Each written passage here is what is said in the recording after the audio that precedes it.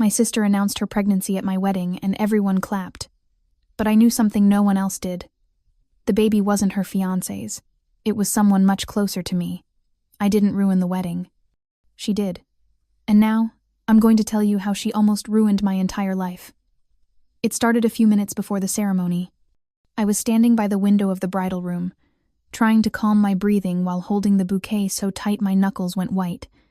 Everything was perfect. The music was about to start. My dad was waiting outside the door to walk me down the aisle, and my soon-to-be husband, Jack, was already at the altar. Then I saw her car pull up. Claire, my older sister. She wasn't late. She was intentional. She always is. She stepped out like she owned the venue, wearing a tight emerald green dress that had no business being that tight on someone 4 months pregnant. But that wasn't the part that set off alarms in my brain. It was the way she glanced toward the entrance like she was scanning for someone or something. Her fiancé, Brandon, didn't get out of the car. That was the first red flag. The second? She didn't even come to check on me. No hug, no congratulations, no, "You look beautiful."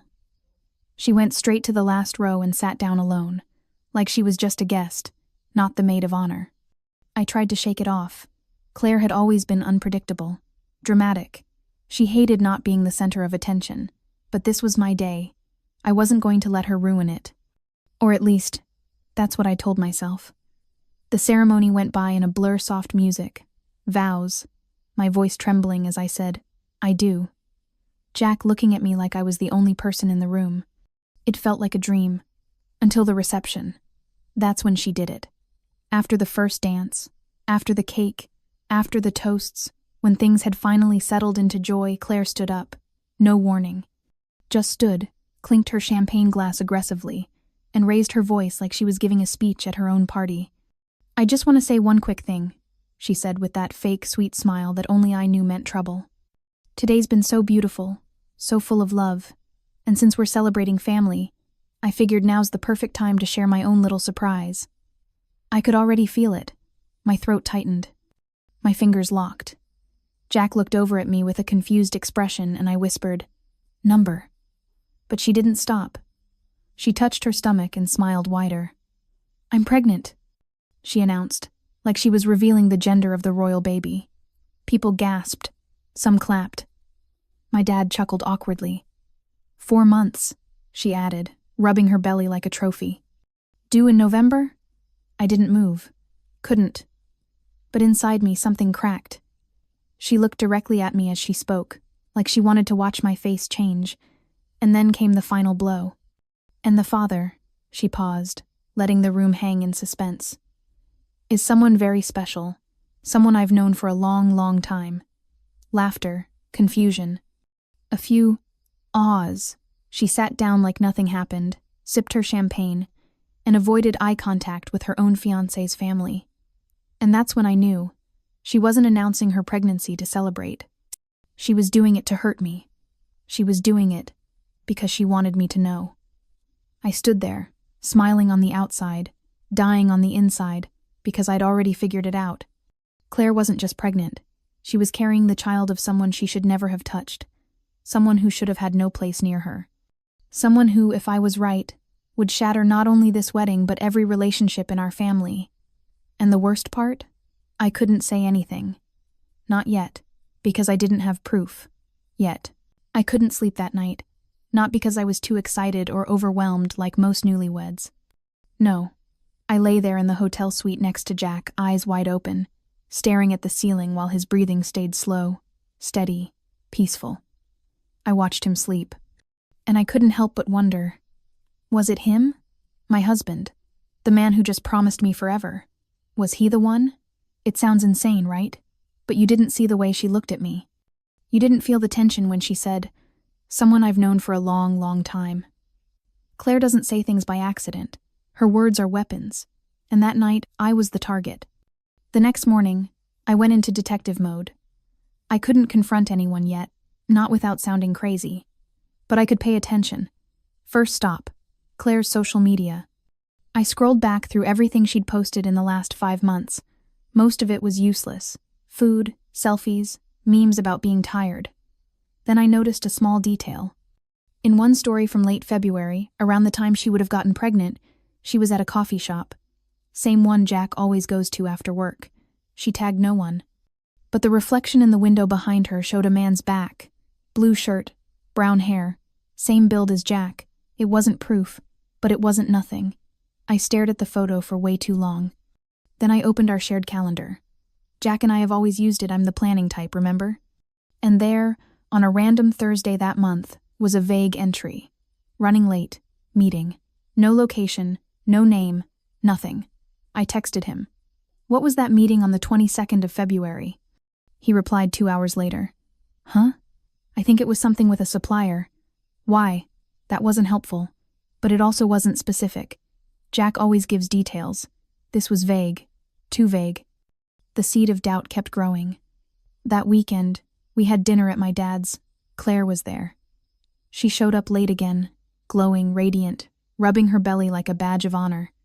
Brandon, her fiancé, didn't say much. He never does. But that night, he looked drained, tired, disconnected. I pulled him aside when no one was watching. Hey, I whispered. Congrats again, I'm surprised. He gave a weak smile. Yeah, me too. I paused. Everything okay between you two? He looked at me for a second, longer than he should have, then shrugged. It's complicated. That was all he said, and he walked away. My heart sank. Complicated. Not joyful, not excited. Complicated. Something was off. And Claire knew I was onto her. I could feel it in every glance she threw my way. The next day, I did something I never thought I'd do. I went into Jack's old phone. The one he used before we got new ones for the wedding. He'd given it to me to recycle, said it was wiped. It wasn't. Or at least, not completely. I opened his texts, searched for Claire's name. Nothing. Then I searched by number, the one I knew was hers. A few messages, some from months ago. Harmless stuff, or so I thought, until I found a photo. Just one. Buried deep in his deleted folder. It was Claire. In that same coffee shop. Same day as her story. But this one was different. She was laughing. Her hand was across the table, holding someone's ponce. And though I couldn't see his full face, I recognized the watch. Jack's silver watch. The one I gave him for our anniversary. My stomach flipped. I put the phone down. My hands were shaking. I wanted to scream, cry, throw the phone across the room, but I didn't. I sat there in silence, realizing that everything I feared might be true. I didn't know how far it went.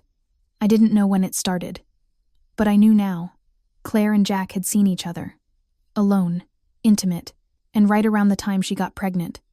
But I still didn't have the truth. Not fully. Not out loud. And I needed to hear it.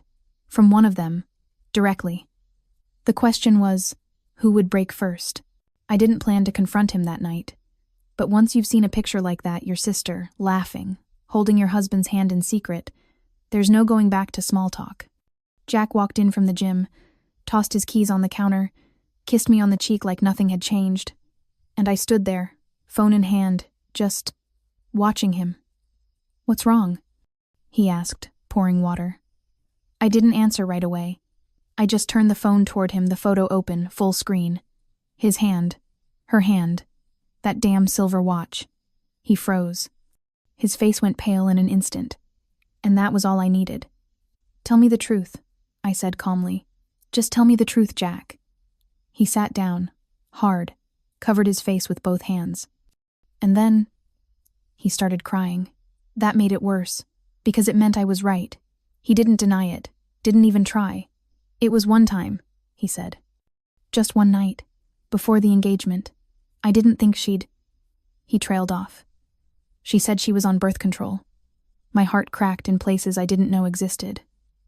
So, it is yours? I asked. He hesitated, which was answer enough. I don't know for sure, he said, but probably. I laughed. Not because it was funny, but because it was the only thing my body knew how to do before completely falling apart. My husband. My own sister. A child. A lie carried into my wedding, wrapped in applause. He swore it meant nothing. He said it was a mistake. A drunken, stupid mistake. She came over, he said. We were both going through things. You and I were in a rough patch. That part was true.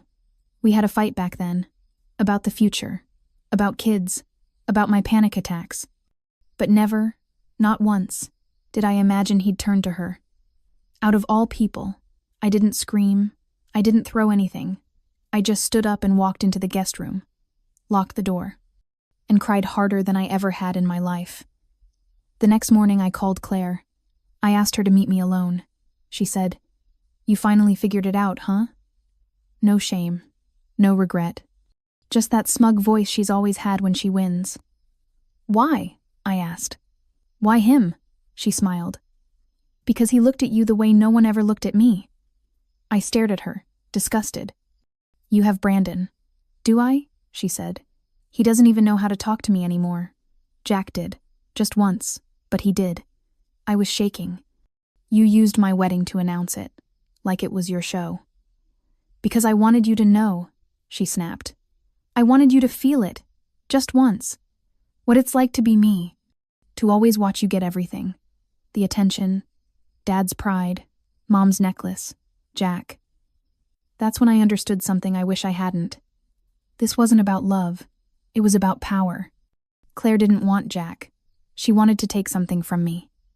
And she did. I walked out without saying goodbye. I didn't go home. I checked into a small hotel by the coast.